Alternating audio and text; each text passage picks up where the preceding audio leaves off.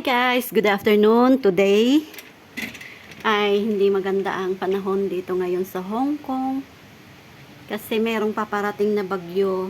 Malakas daw ito na bagyo, tropical cyclone. So, ayan ang paligid dito gayon.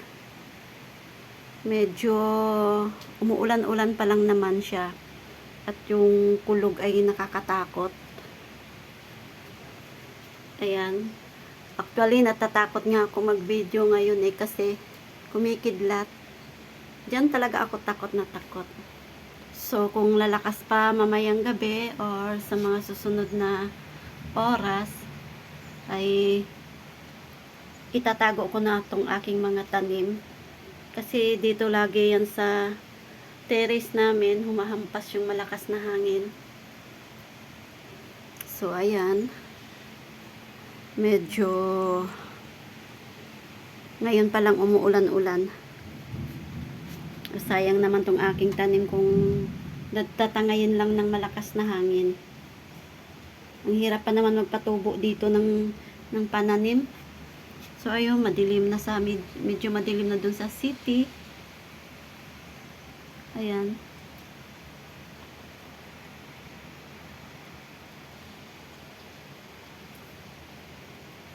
So sana sa magdamag lang ito at bukas wala na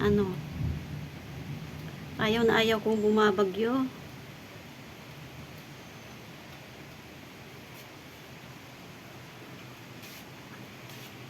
So siguro mga nakapaglagay na sila diyan ng mga ng mga pananggalang sa hangin.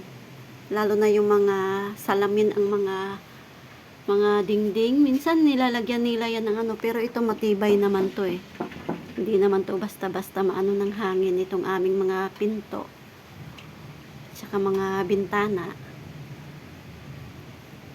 So ayan, pray for us, ingat mga kapangyaw. Ako lang dito mag-isa kasi wala ang mga amo ko. Mamayang gabi pa ako may kasama dito. Ayan. So, thank you guys for watching.